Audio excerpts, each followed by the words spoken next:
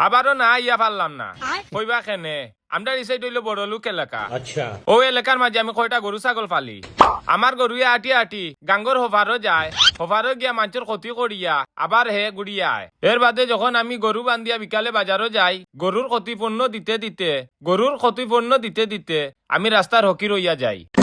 দূর মিয়া তে তুমি গরু কোন মেসনা কিতার লাগে আজ তাকি তোমার লগেও আমি থাকতাম না পাগলামি মাত শুরু করছো না। দেশত নি বেটা চাইয়া হে আমার ইনসার্ট করি গেল কি। দূর মিয়া হয়ে গেছে কি আমি নিকিতা করতাম রইন থেকে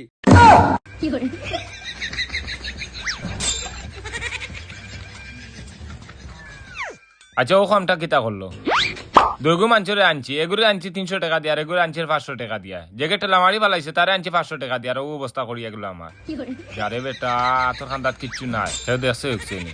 যাই হোক খেয়ে দেখছে না, যদি আজ খেয়ে দেখতো তাইলে সাথীও গো আজকে তোর পিঠে খামো লাগাইলাম না। দেখো চাই নয়া খাবর আর নাই খাবর কই পাইতাম যাই গিয়ে ভাই আটি আটি বাড়ি।